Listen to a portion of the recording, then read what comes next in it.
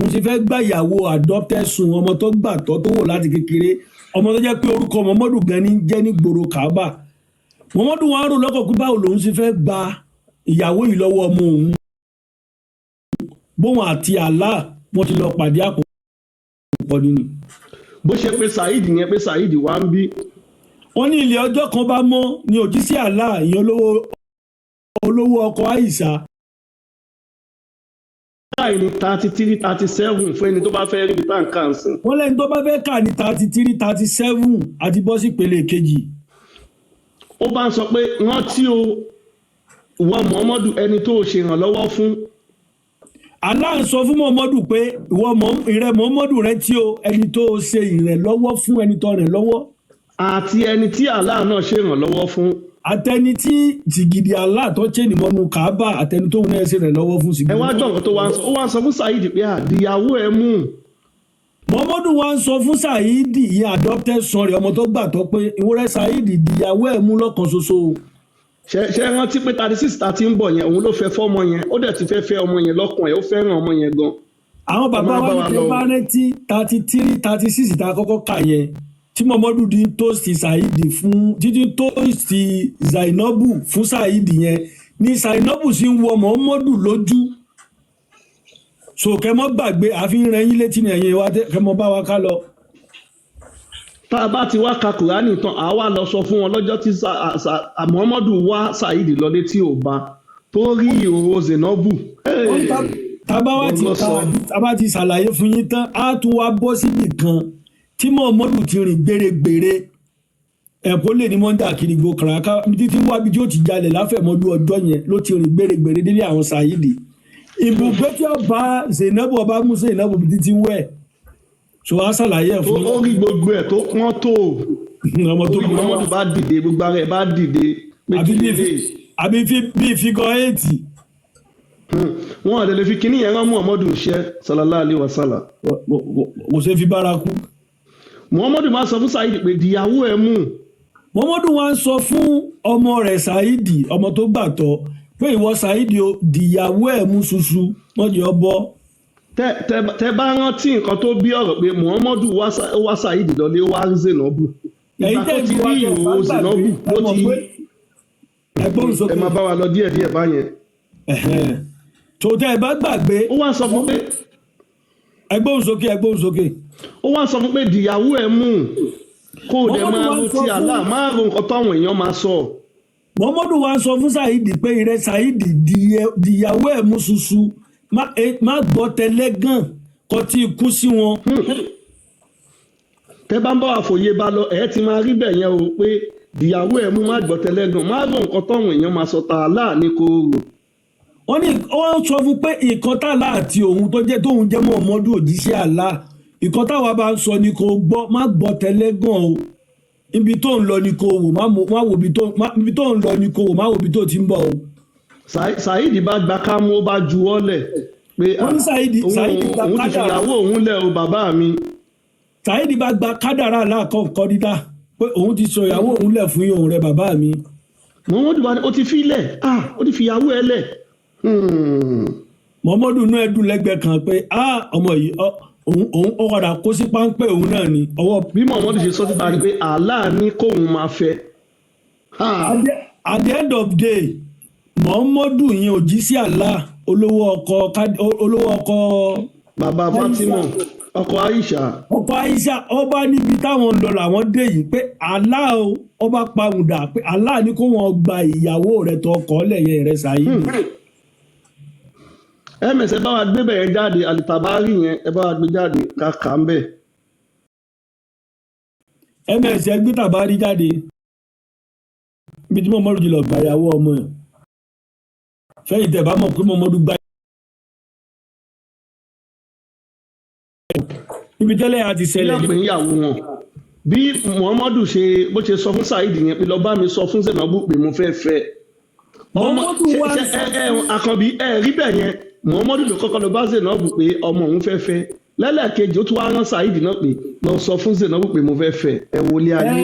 ohun tó ṣe ni pé kò fẹ́ kó bá Zainabu lójijì kò dẹ̀ fẹ́ kó bá Saheed lójijì ló fi lo ọgbọ́n àyùmọ̀kọ́rọ́ yìí yẹn ọ̀rọ̀ yẹn àárín yẹn ti yé yín ìgbà tí Muhammadu sọ fún Zainabu tán pé Allah ní kó wọn fẹ́ ó tún wá lọ gbẹ̀yìn bá Saheed gẹ́gẹ́ tó jẹ́ baálé ilé pé ìyàwó rẹ̀ yẹn ò tọkọ̀ọ́lẹ̀ yẹn o Allah ti fóun ní mẹ́sẹ́jì ó ní fi rẹ́gísítì fún ẹni tó bá fẹ́ rí Al-Tabari òun rèé volume page 4 ẹ lè lọ kà ń bẹ̀.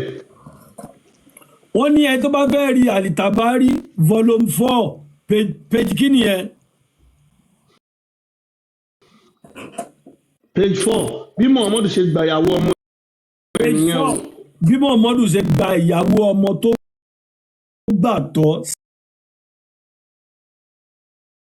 Muhammadu lọ wáyàwó fọmọ yẹn ọmọ yẹn tó nílé ó tó dágbélé Muhammadu lọ bá wálé tí ń gbé Muhammadu òjíṣẹ́ Allah olówó ọkọ Aisha òun ló jókòó bàbá ọkọ fọmọ yẹn òun ló ṣe ẹbí fọmọ yẹn òun ló ṣe ara fọmọ yẹn òun ló máa sọ̀tàn ráńpẹ́ kan nípa Saheed fún yín ẹ̀yin èèyàn. kí lẹ sọ. a máa sọ ìtàn ráńpẹ́ nípa Saheed fún àwọn èèyàn tí wọ́n mọ̀.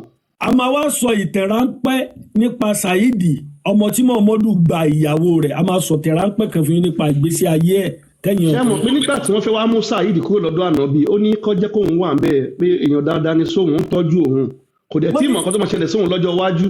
wọ́n nígbà tí àwọn ẹbí Saheed tí wọ́n fẹ́ wá mú Muhammadu wọ́n fẹ́ mú Saheed kúrò lọ́dọ̀ Muhammadu torí wọ́n mọ̀ pé Muhammadu sí ọwọ́ rẹ̀ ọmọ kò sí ìwà tẹ̀lé bá lọ́wọ́ Muhammadu wọn ò dẹ̀fẹ́ kọ́ mọ wọn ya ìpáǹlé àwọn òbí Saheed wọ́n wá tójú wọ́n lọ bá Muhammadu pètò rẹ̀ Muhammadu o so ní yọ̀ǹda ọmọ yìí fún wa báyìí Saheed wá sọ pé èèyàn dáadáa ni Muhammadu o torí gbogbo ẹrẹ tí Muhammadu ń jí gbé gbogbo ràkúnmí tí ń jí gbé gbogbo ìyàwó tí ń gbà ó ní apá kan tí ń tọ́ sí Saheed náà níjọ́ tí ó fún ràkúnmí níjọ́ tí ó jẹ pọ̀ mọ́ ara ràkúnmí gbogbo yẹn ìjẹkújẹ ti dùn mọ́hun náà lẹ́nu ó ní káwọn.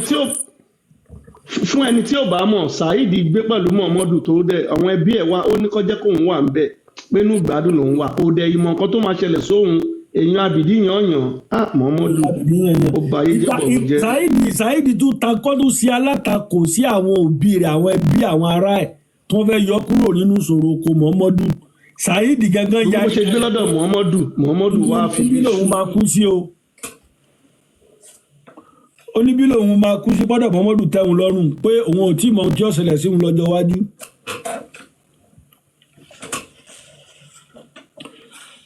ẹgbọ́n sókè.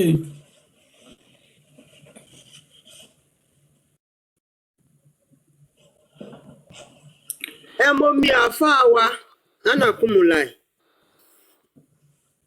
so gbogbo ọgbọ́n àlùmọ̀kọ́rọ́ yìí tí Muhammadu dá lórí Saheed kò jùkọ́ gbà. olówó èkó ti lára olówó èkó mọ́ kàbá. òkè ó yẹ jẹ́ àká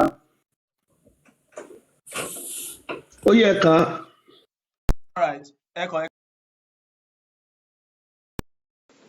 ṣé ń gbọ́ mi ṣá. ó yá.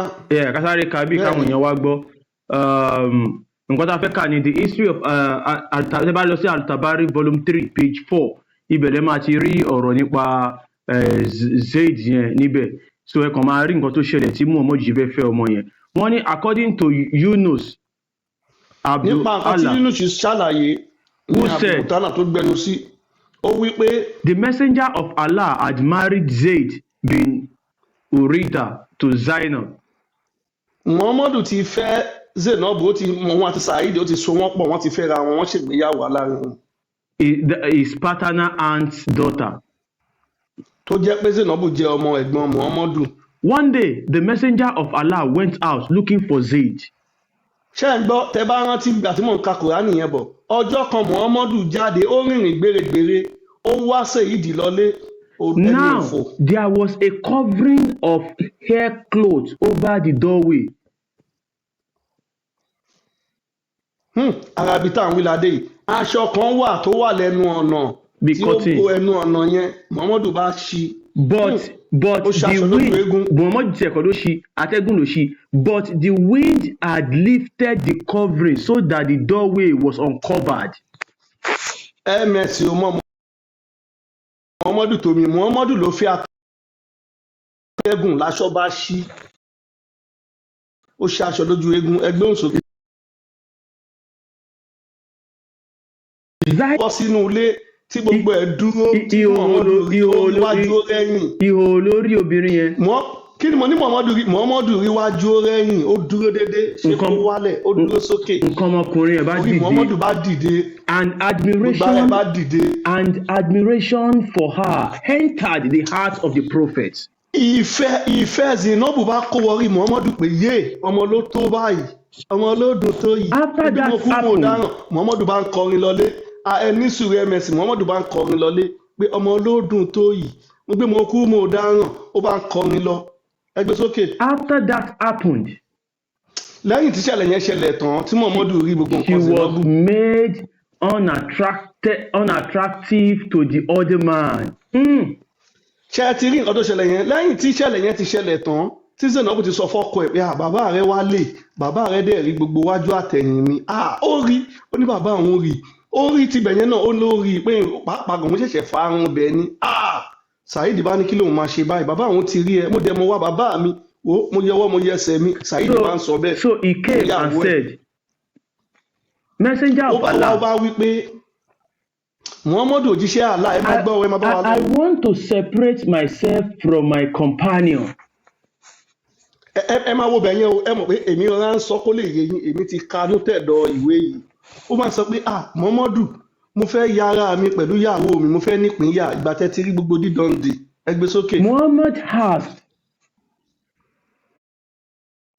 Muhammadu bá ń béèrè pé. What is wrong?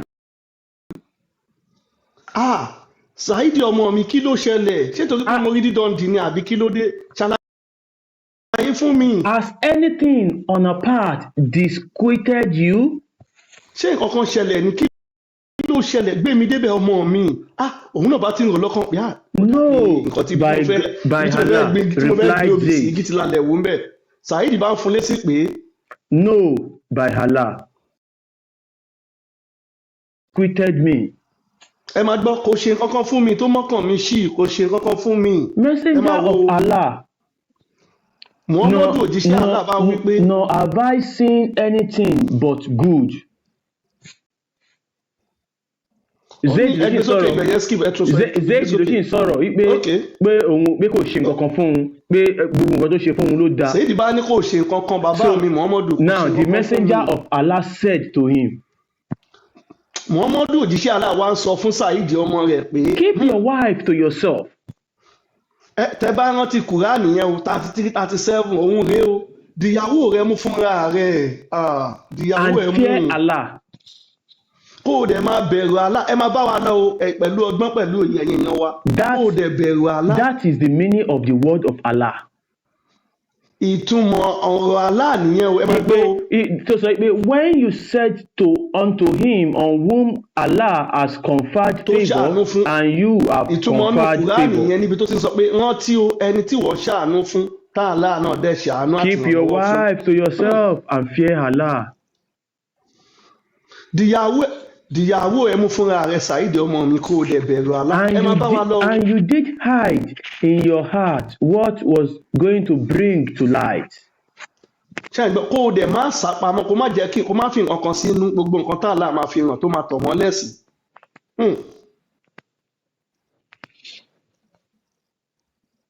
Ṣé continuation lélẹ̀? Bàbá wèrè ni ó lágbárí gan tẹ́júmọ̀kẹ́ wò.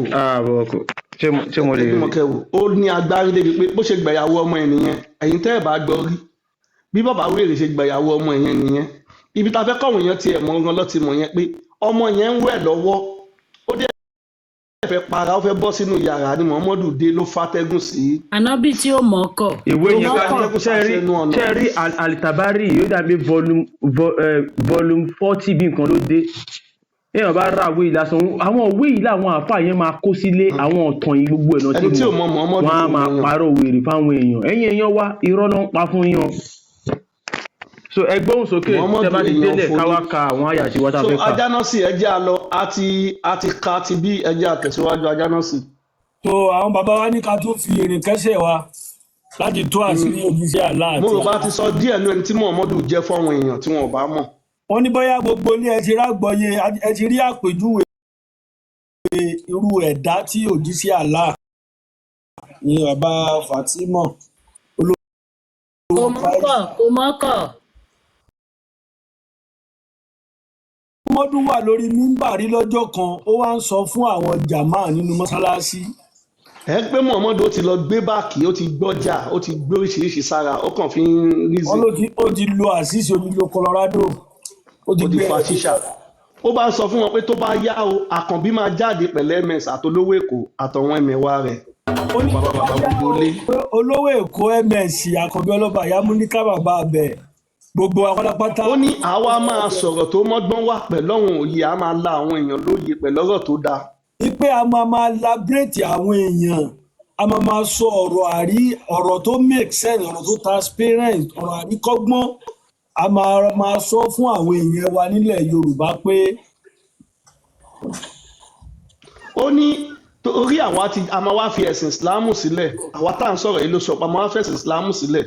ó ní a máa wá mọ̀ sọ fáwọn èèyàn pé ẹ̀sìn Ìsìlámù ìkónilẹ́rù ìbátẹnijẹ́ni kò sí oore kankan bẹ́ẹ̀ dúpẹ́. ó ní nígbà tá a ti mọ gbogbo ìkọ̀kọ́nù Kùránì àtàdísì báwa tí wàá máa sọ fọ́wọn èèyàn. ó nígbà tá a ti mọ gbangba àti ta àti ojú inú àtọjú ìta Kùránì tá a ti mọ̀ á tún máa wá tá a sì lè fáwọn èèyàn tí ó mọ̀.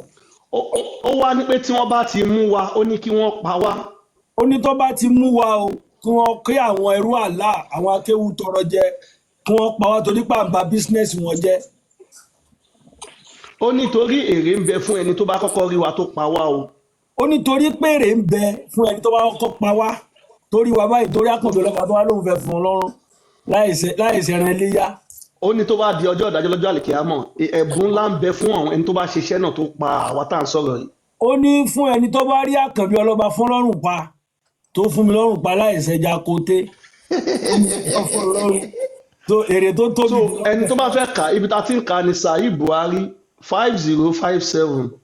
ọ̀rẹ́ tó bá fẹ́ kà ní Saheed Buhari 5750. 5057. 5057. bẹ́ẹ̀ ni so òun la fi ń sọ fún wọn pé Muhammadu yìí àti ìrìṣẹ́ tó dáa kan tó ṣe rí o. iná la fi ń sọ fún gbogbo ẹ̀yin jàmáà Yorùbá ẹ̀yin ọmọ Yorùbá wá ẹ̀yin ọmọ káàárọ̀ òjíire ẹ̀yin ọmọ orí adé ẹ̀yin ọmọ ọba ipe Muhammadu kò sí nǹkan kan tó dá nípa ìgbésí ayé Muhammadu láti bẹ̀rẹ̀ tó fi dópin. tá a bá wẹ́rẹ́ ẹni tó ní nǹkan tó dáa tó ṣe ó lè wá sọ fún wa ẹ jẹ́ àtẹ̀síwájú. ẹni tó bá wá jẹ́ ẹrú Sáúdí tó bá létí gbọ́. Muhammadu wa tún tẹ̀síwájú ó ní ọjọ́ kan ń bọ̀ láàrin àwọn Muslim. Muhammadu tó wá tẹ̀síwájú nínú ìrìn àjò ẹ̀ pé ọjọ́ kan ń bọ̀ ọjọ́ mo lè gbàgbé ní ọ̀jẹ́ láàrin mùsùlùmí láàrin sálámì oníjálàbí àwọn. ó ní tí wọ́n bá ti wà ní ọjọ́ àjíǹde lọ́jọ́ ìdájọ́. ó ní ọjọ́ ìdájọ́ ọjọ́ gbẹ̀yìn ayé ọjọ́ àjíǹde. ó ní kò sí bí ẹ̀ṣẹ̀ wọn Muslim ṣe lè pọ̀ tó kó pọ̀ kó tóbi bí àpáta. ó ní ẹ̀yin mùsùlùmí bó tilẹ̀ wù kí ẹ̀ṣẹ̀ yín pọ̀ tó kódà kó pọ̀ bí yèèpẹ̀ forest. ó ní òun máa wá yọ àwọn Muslim kúrò òun wá fi àwọn kìrìsìtẹ́nì òun wá fi rọ́pò wọn wá máa jó nínú iná. ó ní gbogbo mùsùlùmí tó bá ṣẹ̀ tó lòdì sí Allah bóyá kò kírun déédéé ni àbí ó ṣàṣe nǹkan tí ò dáa Muhammadu wọn promise wọn pé oore tóun ó ṣe fún yín jọ gbéde àlìkíámọ̀ ni pé òun á yọ mùsùlùmí kúrò ní inú iná òun á fi kìrìsìtẹ́nì àwọn ọmọlẹ́yìn Jésù àwọn ọmọ Màríà òun ó fi wọn represent. Àkànbí tí wọn bá gbọ́ dáadáa torí a máa ń rà wọn ọmọlẹ́yìn kìrìsìtẹ́nì nìkan tó máa ń ní Allah náà ní Ọlọ́run tọ̀ wọn. Allah tí Muhammadu sọ pé tó bá di ọjọ́ ìdájọ́ sẹ́ẹ̀. wọ́n ní fún ẹ̀yin tí ẹ láǹfààní àti gbọ́ ohun tá a kọ́kọ́ sọ lákọ̀ọ́kọ́ yẹn dáadáa pé ìkan tá à ń try láti sọ fún yín ni pé Allah àti Muhammadu ń sọ nínú àdìsí yẹn pé tó bá dọjọ́ gbéǹde àlìkíámà ọjọ́ tẹ́ kò tẹnu yín tẹ́ rò fún Allah. Wọ́n máa yọ àwọn mùsùlùmí tó ti ṣẹ̀ wọ́n wá fi kìrìsìtẹ́nì sí wọ́n á máa jóná. ó ní gbogbo mùsùlùmí tó bá ṣe nǹkan tí ò dáa níwájú Allah instead tó wọn fi fìyà jẹ ní òun ò ní fìyà jẹ pé ìyà ni òun dá sórí àwọn kìrìsìtẹ́nì àwọn ọmọlẹ́yìn Jésù ó ní wọ́n á jóná keegun.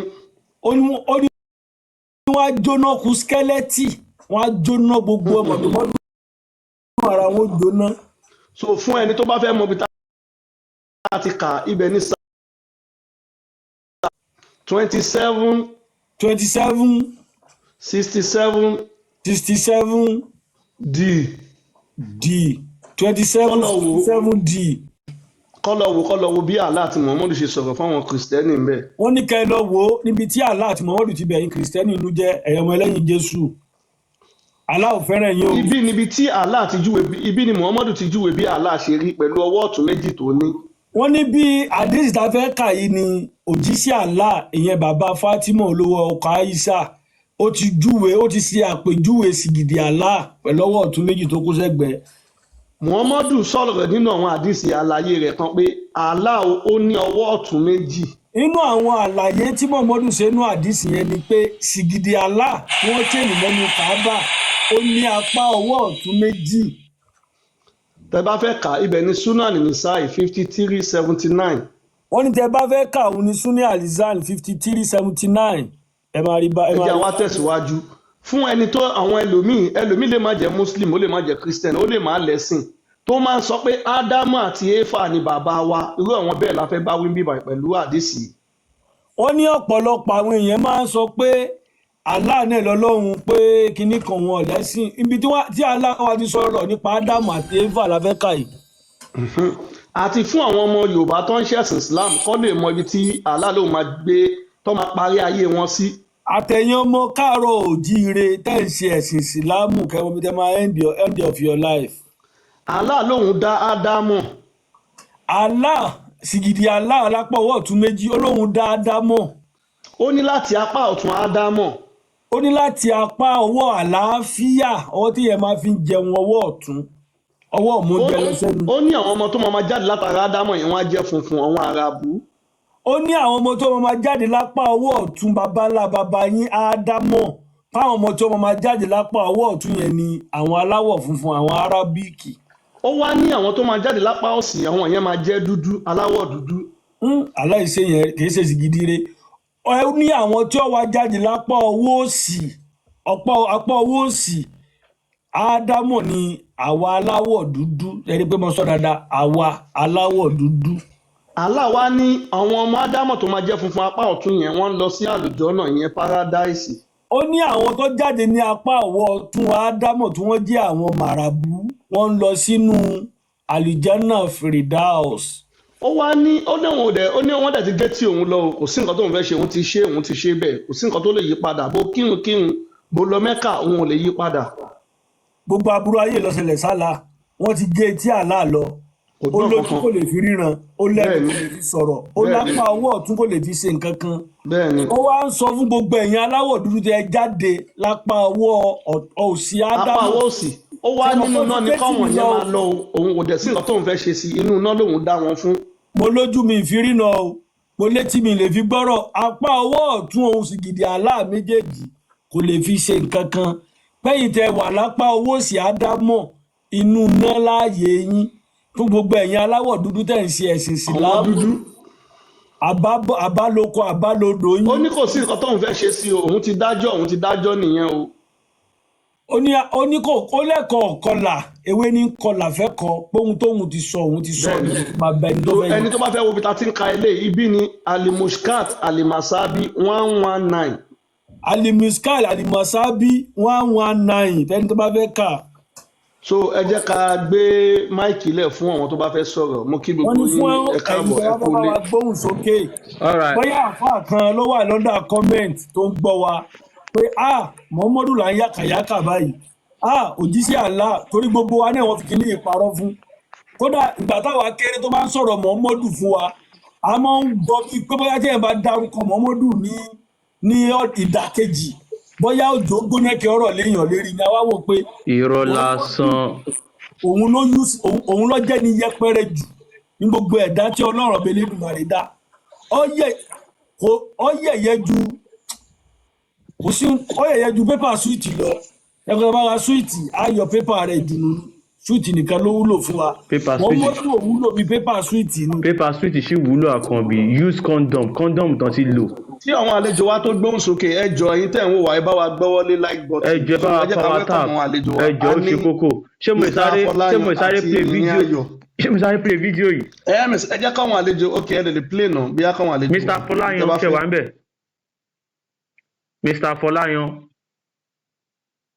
Mr. Fọláyan. Wọ́n bẹ̀. Lẹ fẹ́ bá wa sọ sà. Ẹ wo ẹ ṣe ẹ kú ìyànjú ẹ kú lani nínú àwọn ẹ̀sìn àjòdì òkùnkùn tí wọ́n kó gbọ́ sínú ẹ̀ yìí ọ̀pọ̀lọpọ̀ ẹ̀yin ká ní kì í ṣe ẹ̀yin ni àní rí iná rí àwọn nǹkan púpọ̀ rẹpẹtẹ so ọlọ́run á jẹ́ kẹ́ lè máa tẹ̀síwájú ọlọ́run á dẹ̀ lè máa fún yín ní okun agbára ọwọ́ ọ̀tá ò ní ká yín o. Àṣẹ Èdùmàrè. Because tí o bá jẹ́ tí ní ojú àwọn in fact àwọn nǹkan tí mi ò gbọ́ rí àti ọ̀dọ̀ yín mo ti ń gbọ́ àwọn nǹkan tí mi ò gbọ́ rí tí ẹ pé a dé lọ sínú kùránì bẹ́ẹ̀ àdèbà bẹ́ẹ̀ a lọ sínú àdìsí àbá bẹ́ẹ̀ so ọlọ́run á máa fún yín ní okun àti agbára ọ̀dà owó ò ní dá yín o ọ̀tá ò ní kápá yín o because tẹ́ bá dúró ó máa fẹ́ tí wọ́n lẹ̀ Yorùbá o so because àwọn ọmọ Yorùbá tẹ́ ti là lójú lórí ètò yìí ẹ pé èèyàn pé kó wá ṣe ẹ̀sìn ìbílẹ̀ ẹ dẹ̀ ṣe ẹ pé èèyàn kó wá ṣe babaláwo bọ̀tẹ̀ kan ńlá wa lójú ni ẹ̀ ń tọ́ wa sọ́nà so because àwọn olómi believe pé ẹ pé àwọn èèyàn pé kó máa ṣe babaláwo ni no ẹ̀sìn àbáláyé òun ni ẹ̀sìn tí àwọn baba ńlá wa ń sìn kó ló di pé òyìnbó àwọn amúnisìn kó ló di pé wọ́n dé àwọn baba wa wọ́n ṣe ilé ayé kó ló di pé mùsùlùmí dé wọ́n ṣe ilé ayé kó ló di pé kírísítẹ̀nì dé wọ́n ṣe ilé ayé so wáyà mi lẹ́nu sì jẹ́ pé àwọn ẹ̀sìn àjòdì ló dẹ̀ mọ́ wá dominate inú ilẹ̀ wa náà máa pàṣẹ fún wa lórí ilẹ̀ wa so ẹni ẹ̀sìn tó bá ti jẹ́ ẹ̀sìn àbáláyé tí ò bá ti jẹ́ pé wọ́n ta ẹ̀jẹ̀ ọmọ èèyàn sílẹ̀ èmi faramọ́ o because agboolé wa níbi tí mo ti wá kò tí ì yí padà agboolé aṣáwo ló ń pè é kò dẹ̀ tí ì yí padà up till now so nǹkan tí mo rí sọ síbẹ̀ ni ẹ kú yànjú. Alright, ẹ ṣe gan kò tiẹ̀ sí ẹ̀sìn kan nílẹ̀ Yorùbá kò sí nǹkan number one kò sẹ́sìn nílẹ̀ Yorùbá àṣà àti ṣe wa wọn ò dẹ̀ kí ń ta ẹ̀jẹ̀ èèyàn sí tó bá fẹ́ bẹ́ orí wọn tó bá fẹ́ pààyàn ní tó bá pààyàn náà wọ́n ń pa ni òfin yẹn dẹ̀ ṣì wà ó sì múlẹ̀ léni so àwọn nǹkan yìí ni wọ́n fẹ́ nu àtẹ náà bàjẹ́ náà ni wọ́n ń bẹ́ orí èèyàn tó gbọ́n ṣe kíní gan kò sí òrìṣà kankan tó ń gba ẹ̀jẹ̀ èèyàn irọ́ lásán ìgbà tẹ́sìn ìdí náà ni wọ́n bẹ̀rẹ̀ sí mú pààyàn wọlé ẹ̀yin náà kú rí nǹkan tá à ń kà wọ́n pààyàn for fun ni ẹ̀jẹ̀ èèyàn ni aláǹgbà so ìtàn ráńpẹ́ tí a sọ lẹ́ẹ̀kan so a fẹ́ sáré play fídíò yìí kí ẹ̀yin èèyàn wa kí ẹ wò kẹ́ ẹ lè rí bí Muhammadu ṣe gba ìyàwó ọmọ ẹ̀. ms baba. ok. ẹ jọ ibo ni wọ́n ní nínú Quran wo ni tó bá ti pàdé àwọn ọ̀ṣẹ́ bọ́ kọ́ máa pa wọ́n yẹn ẹ jọ Quran kí ni. 9:5. Instablog ṣe post nǹkan tó ṣẹlẹ̀ nífẹ̀ẹ́ yẹn sí Instablog ti post ẹ̀ sí.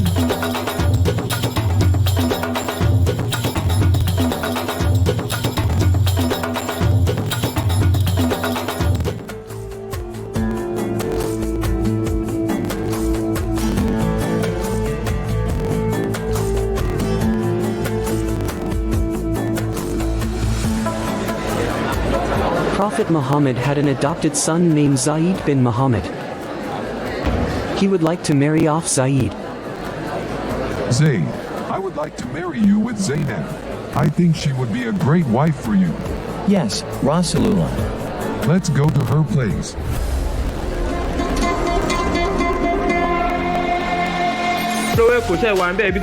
Zainab, I want you to marry Zaid. Ibi tó ti fẹ́ fún ẹ̀yin èèyàn ẹ jẹ́ máa bá wa fọwọ́ tábù. a lè máa sọ fáwọn èèyàn ẹni sùúrù ibi tí ìṣẹ̀lẹ̀ I fẹ́ thought wò you yìí want to bíbá propose yìí me. No, no way. I don't want níbi tí ẹ̀ ń wò yìí ẹ ṣe Quran 33:36 ní bíbá yìí ó yẹ ẹ to máa marry play ẹ lọ. him. He was a slave and I have a higher social status than him. You have to marry Zaid. Oh, Rasulullah, do you really want to tell me what to do? If I already decide something for you, then you need to obey. Quran, Surah Al-Ahzab, Verse 36 says, "It is not for a believing man or a believing woman, when Allah and His Messenger have decided a matter, that they should have any choice about their affair. And whoever disobeys Allah and His Messenger has certainly strayed into clear error." Okay, I will marry Saheed.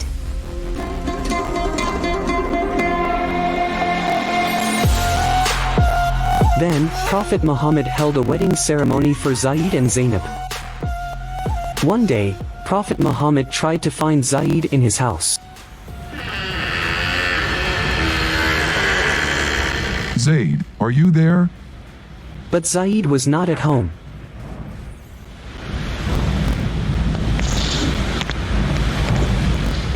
As the wind blew the curtain aside, Prophet Muhammad saw Zainab naked in her chamber.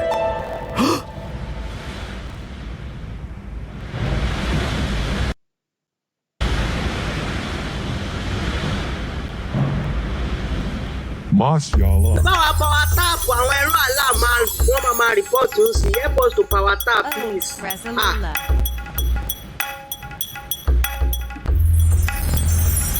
Ṣé ẹ gbọ́ mashallah? Àbẹ́ gbọ́?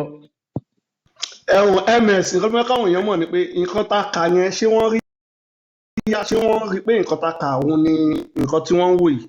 Torí táwọn bá ṣe ń kà ní ẹjọ́ ẹ má bínú gbogbo ilé o olówó èkó ẹ̀yin lẹ ṣe fíìmù yìí jáde o Zainab quickly put on her clothes. Then she went out to meet Prophet Muhammad. olówó èkó ló ṣe fíìmù yìí jáde. Come in, O Prophet of God, for you are as my father and my mother to me. Bless him who changed one's heart.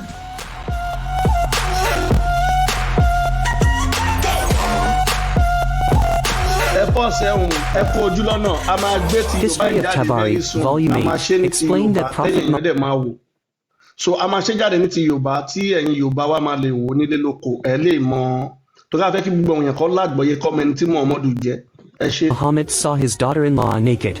Zainab was in her chamber, undressed, and admiration for her entered the heart of the Prophet. After seeing his daughter-in-law naked, the Prophet felt in love with her. This is according to the Tafsir of Quran, Surah Al-Azab, verse 36. Then on one occasion the Prophet Àbí ká máa tú fáwọn èèyàn wa ni, ṣó need olówó èkó. caught sight of her and felt love for her. When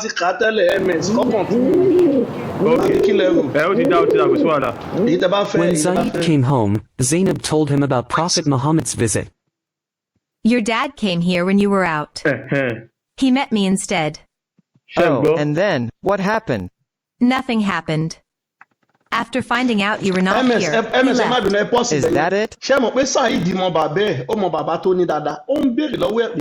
Kí ló ṣẹlẹ̀ ìgbà tí bàbá òun rí ẹnu ilé tó bá ẹ nípò tó ti bá ẹ yẹn kí ló ṣẹlẹ̀ ṣó pàpàpà sùn pé ṣó ń yá ẹ àbí ṣó pàpà sùn pé ó ń béèrè ọmọ bàbá ẹ dáadáa ó mọ ẹni tó ní Muhammadu tó lè bá kẹ́tẹ́kẹ́tẹ́ sùn ẹni tó bá òkú sùn tó bá ọmọ ọdún mẹ́fà sùn ọmọ yẹn wò pé ó wá rí wọ ó rí ẹ ó rí gbogbo dídọ̀ndì kí ni bàbá mi ṣe jọ ṣó pàpàpà sùn pé àbí ṣó yá ẹ ó ń béèrè lọ́wọ́ ìyàwó ẹ bẹ́ẹ̀ tẹ̀síwájú ms. Oh, before he left, he said, "Bless him who changed one's heart." What does it mean? I don't know. Having lived with Prophet Muhammad since childhood, Zaid certainly knew very well his father's character and personality.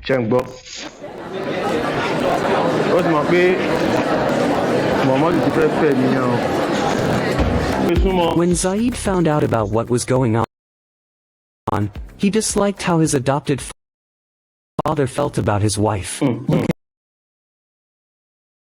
Things got worse for Zaid when Allah punished him whenever he wanted to approach his wife.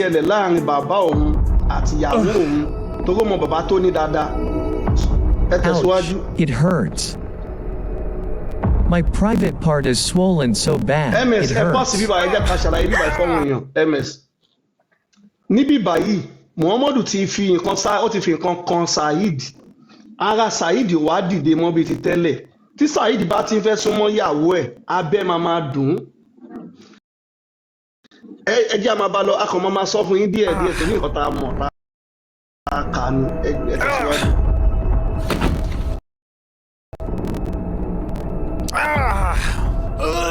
Ẹ jẹ́ bá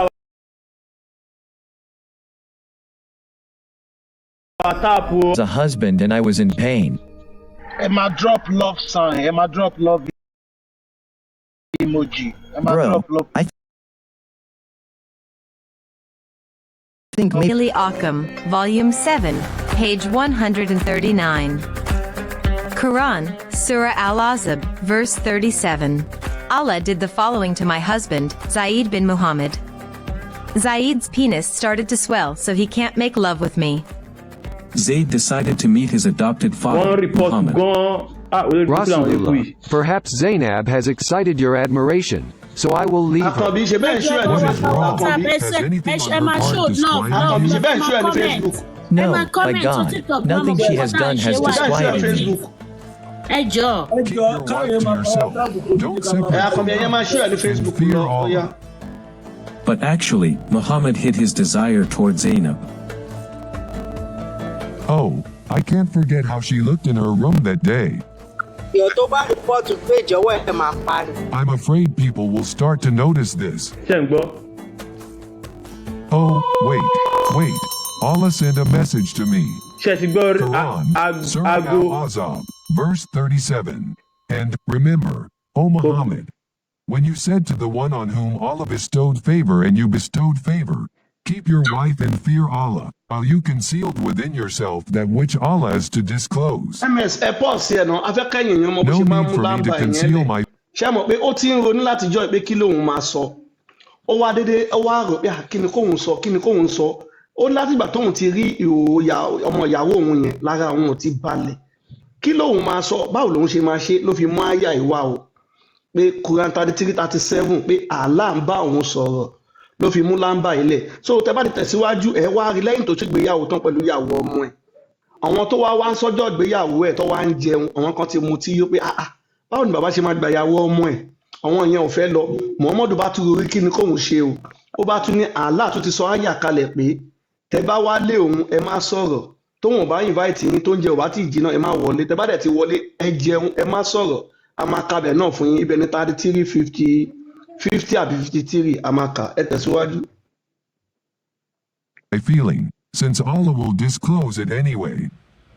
Since then, Muhammad did not stop Zaid anymore.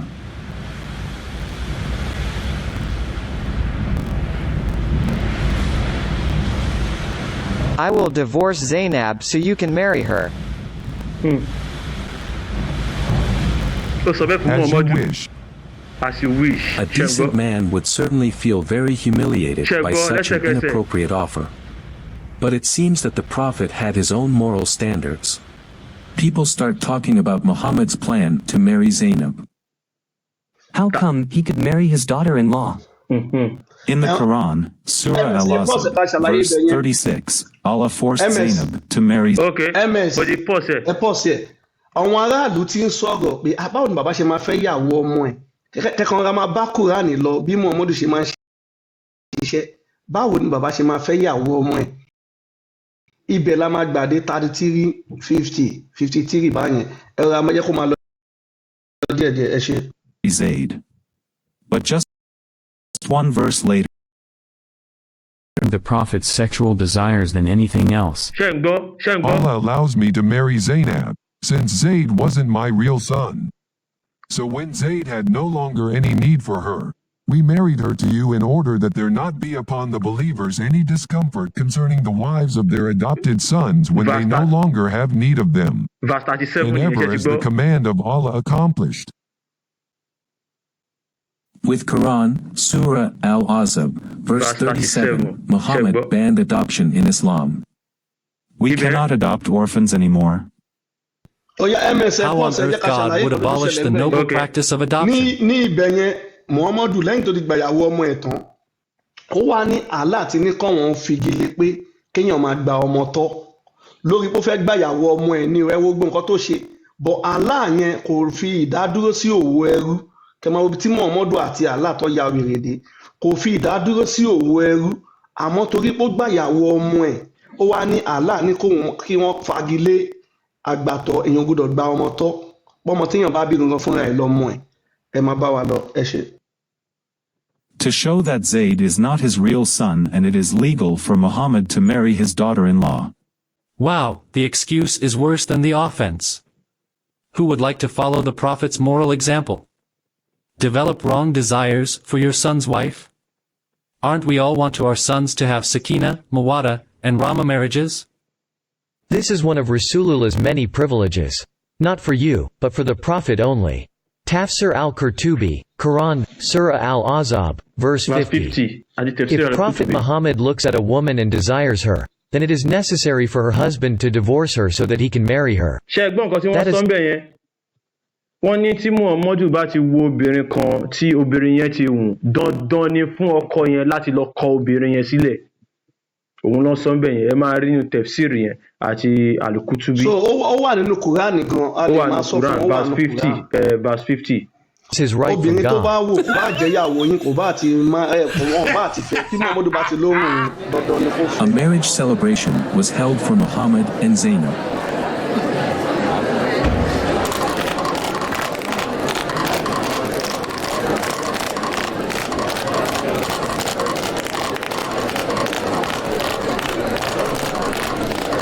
Everybody was happy except Saheed. I lost my beloved wife. What's more, I'm not the Prophet's adopted son anymore. In the past, people called me Zayd bin Muhammad, but now they call me Zayd bin Haritha. How can I be happy in a situation like this? Up to late at night, guests still did not want to leave Prophet Muhammad's house. The Prophet left the room to give a hint that it was time for the guests to leave. After a while, most people left Muhammad's house. But 3 people still remained. These people are still here. Why didn't they leave? Don't they know that we want to be alone?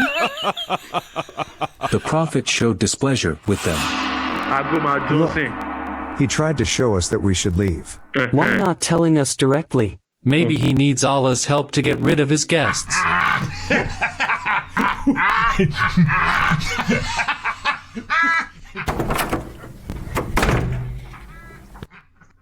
At last, what am I supposed to do? Ask them to leave? People just have no manner. Here is the verse to get rid of guests who stay for too long in your house. Quran, Surah al-Ahzab, verse 53. O you who believe, do not enter the homes of the Prophet, unless you are given permission to come for a meal, and do not wait for its preparation. And when you are invited, go in, and when you have eaten, so MS kaka fún wọn kaka tú fún wọn. So Quran yẹn máa gbọ́. Ọmọ bí Quran ṣe máa ń sọ̀kalẹ̀ ni o lẹ́yìn tí ìṣẹ̀lẹ̀ yẹn ti ṣẹlẹ̀ tó ti ṣègbéyàwó tán pẹ̀lú ìyàwó ọmọ ẹ̀ ní alẹ́ ọjọ́ yẹn wá fẹ́ mẹ́rù lẹ́fọ̀ ọmọ yẹn. Ó wá wò pé kí lóun máa sọ fún wọn bó ṣe ní Allah tó ti sọ àyà kalẹ̀ nìyẹn ibẹ̀ ní Quran 33:53 MS ẹ̀ka ẹ̀jẹ̀ ká tú fún wọn. All you have believed. Ẹ̀yin Mùsùlùmí òdodo. Do not enter the homes of the Prophet. Ẹ má ṣe wọlé Muhammadu wá o. Unless you are given permission to come for a meal. Àyàfi tó bá pè yín pé kẹ́ ẹ wá tó fún yín ní àyè pé kẹ́ ẹ wá gbẹ́nu sí kẹ́ ẹ wá gànù sí bẹ́ẹ̀ bá yẹ fẹ́ lọ gbẹ́nu sí lọ́dọ̀ wá sí àyè. And do not wait for its preparation. Ẹ má dúró pé wọ́n ń ṣe lọ́wọ́ kẹ́ ẹ wá dúró tó ń jẹ ò bá ti jìnnà ẹ má wọlé o. And when you are invited. Tó bá ti tí Muhammadu bá ti pè ẹ́ pé kó wá sílé o. Go in. Kó wọlé. And when you have eaten.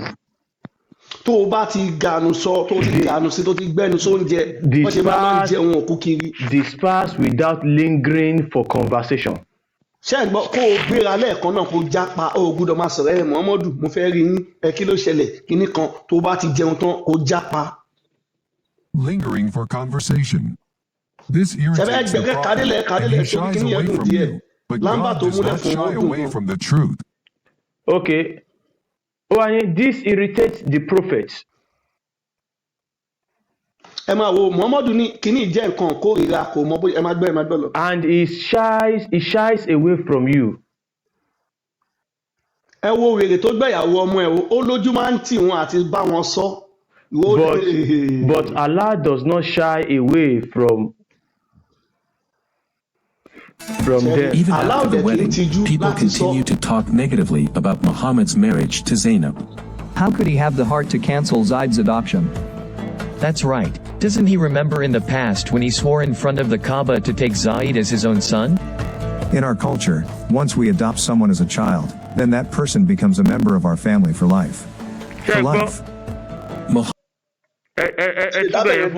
Àṣà àti ìṣe àwọn Lárúbáwá tí ẹ bá ti gba ọmọ tọ́ ó ti di ẹbí yín láyé lọ́run. Bọ̀ lórí pé Muhammadu ó fẹ́ gànù sí abẹ́ Zainabu, ó wá ní àlá àti fún òun lófin kóun pa nípa àgbàtọ̀ kóun parẹ́ lórí pé ó fẹ́ gànù sí abẹ́ alábẹ́. Ẹ jẹ́ ká máa gbá lọ.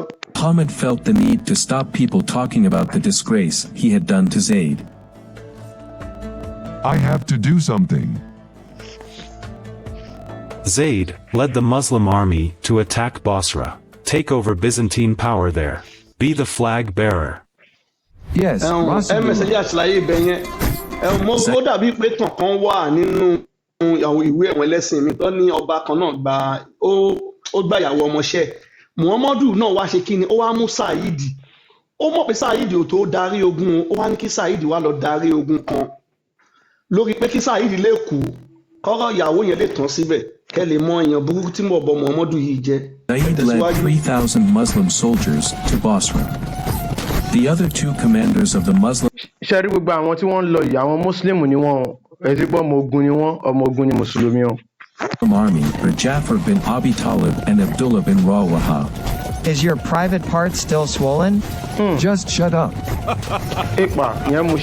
Zayd led his army from Medina to Basra, which was located in the Shem or Syria region. The Byzantine force intercepted them at a village called Muta. The Battle of Muta.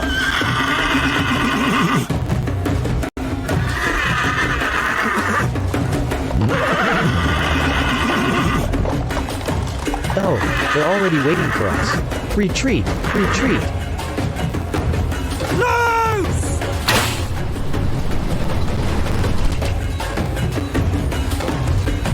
The two Muslim commanders, Jafar bin Abi Talib and Abdullah bin Rawaha, died in the battle.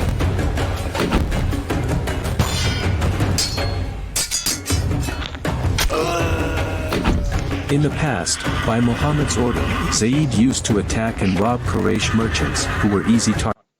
Ṣẹ́gbọ́n nǹkan tí wọ́n sọ mẹ́yẹn, wọ́n ní Zayd used to attack and rob Quraysh merchants. Iṣẹ́ olè bẹ́ẹ̀ ni wọ́n jọ máa lọ ń jalè ni. Mo kàn ní kẹ́ ẹ gbọ́ bẹ́ẹ̀. Bí Saheed ṣe MS bí ikú Saheed dùn mí bí Saheed ṣe. Bó ṣe kú nìyẹn. He dealt with a real powerful army. Muhammadu ẹni tó pa.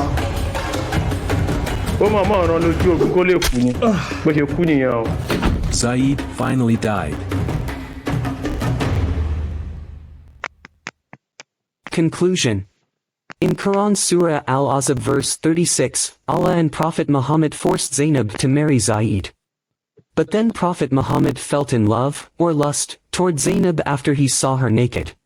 Zayd found out about this and he divorced Zainab so that Prophet Muhammad could marry her. Allah explained in Quran Surah Al-Ahzab verse 37 that the reason Prophet Muhammad married Zainab was to show that it was permissible for the Muslims to marry their adopted sons' ex-wives. Strangely, Allah then revealed Quran Surah Al-Ahzab verse 40 to forbid the adoption of children and to prohibit calling one's child other than his or her biological father. If that is the case, actually, the marriage between Prophet Muhammad and Zainab was unnecessary. After adoption is forbidden in Islam, Muslims would not have any adopted son, let alone his ex-wife. Why did Allah order Zainab to marry Zayd in Quran Surah Al-Ahzab verse 36 when he knew that in Quran Surah Al-Ahzab verse 37 Zainab had to marry Prophet Muhammad? Apparently, Allah is an all-flip-flopping God.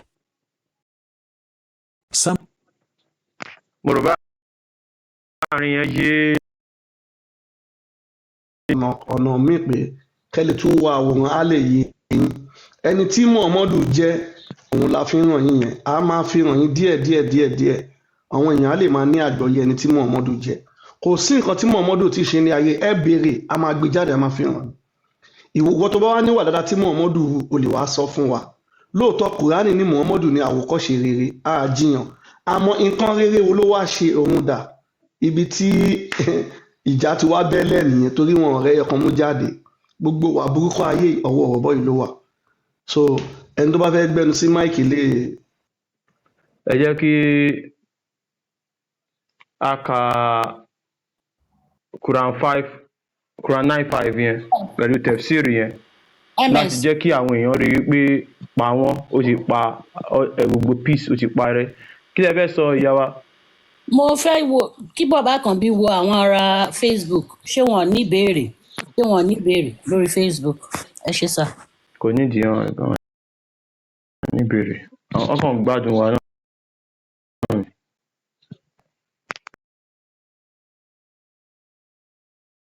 So evidence video ẹ̀yin náà lè máa wò tó máa yẹ ti ń sọ bá náà ṣe máa ẹ rí bí àwọn àyà yẹn ṣe ń sọ̀kalẹ̀ ó máa dún agogo máa dún létí Muhammad gbangbangbangbangbangban ẹ má gbàgbé agogo òun ni kíni o òun ni sign Sátánì so Sátánì ni ó ń gbé àyà yẹn wá fún ẹ rí pé scope man ni Muhammad ẹ rí bó ṣe fẹ́ ọmọ yẹn bó ṣe rí ìhòòhò ọmọ yẹn báyìí ó ti mọ̀ pé ìwọ kò sí wẹ̀ ó lè escape ó dẹ̀ lo gbogbo ó dẹ̀ tẹ gbogbo dán yẹn ó dẹ̀ make sure pé òun fẹ́ ọmọ yẹn ọkọ ẹ̀ náà ó dẹ̀ ràn lọ sójú ogun kan pa síbẹ̀ so àwọn àfáà ò ní sọ gbogbo àwọn nǹkan yìí wọ́n mọ gbogbo àwọn ọ̀wà yìí but ẹ jẹ́ ká sọ òdodo bó tilẹ̀ òun kó korò ju wọ lọ ẹ jẹ́ ká sọ ẹ jẹ́ káwọn èèyàn tó wà nílé kéwúkẹ́ everybody lọ ṣiṣẹ́ ẹ jẹ́ ká develop Olúwa ẹ jẹ́ kí next generation kí wọ́n rí ayé gbé ẹ má fi ọ̀run gba ayé lọ́wọ́ àwọn èèyàn kò sí iná kankan bì kankan kò sálùjọ náà kankan bì kankan irọ́ lásán ni so Quran tá fẹ́ mú wá ń sìn òun ni Quran 9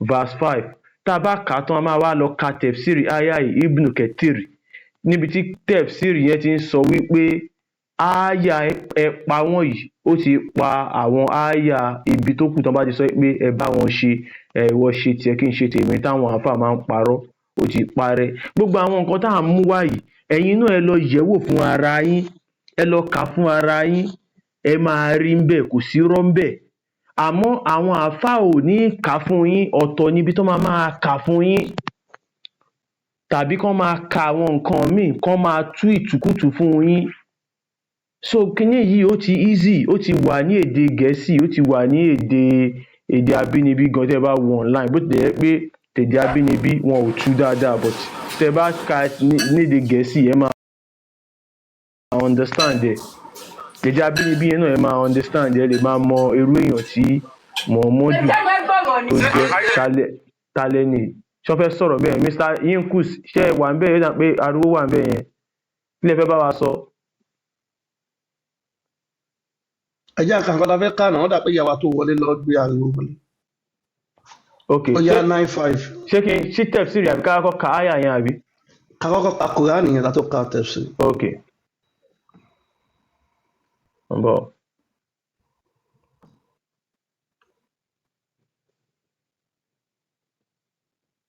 Yeah. Ṣé ń bá wa screen record ẹ jọ̀ọ́ ṣé ń bá wa ṣe mí o you have to teach me MS. So that I can do it with my screen recording so that I can do it with my other device. Fóònù yín náà fóònù yín lè máa fi ṣe ìyẹn o. Báwo máa ṣe ni ẹ máa kọ́ mi later ẹ kọ́ mi later ẹ jọ̀ọ́ bàbá mi. Now this Quran 9:5 ẹ máa gbọ́ nǹkan tó sọ ó ní but once the sacred months have passed. Wọ́n ní tí àwọn oṣù yìí bá ti kọjá oṣù ọ̀wọ̀. Unalive the politics who violated their treaties wherever you find them. Wọ́n ní kẹ́ ẹ pa àwọn tí wọ́n gbẹ̀sìn gbọ́ tí wọ́n má dé wọn ṣe níbikíbi tẹ́ bá ti mú wọn kẹ́ ẹ pa wọ́n. Capture them. Wọ́n ní kẹ́ ẹ gbá wọn mú kẹ́ ẹ so wọ́n. Besiege them. Kẹ́ ẹ sé wọn mọ́. And lie in wait for them on every way. Wọ́n ní kẹ́ ẹ dẹ̀ lúgọ̀dì wọn ní gbogbo ibà kẹ́ ẹ lúgọ̀dì wọn. But if they repent. Àmọ́ tí ẹ bá ti mú wọn tẹ́ wá bá wọn sọ̀rọ̀ Islam tó bá ti yí padà pọ́n wọn máa gba Islam. Perform prayers. Pọ́n wọn á máa kírun déédéé. Pay arm tax. Àwọn á dẹ̀ máa yan sàká. Then set them free. Allah ní kẹ́ ẹ tú wọn sílẹ̀. Indeed, Allah is all forgiving, most merciful. Allah nítorí òun láláforíjì òun láláàánú jùlọ. Ẹ ká wá gbé wá pẹ̀lú tefsir.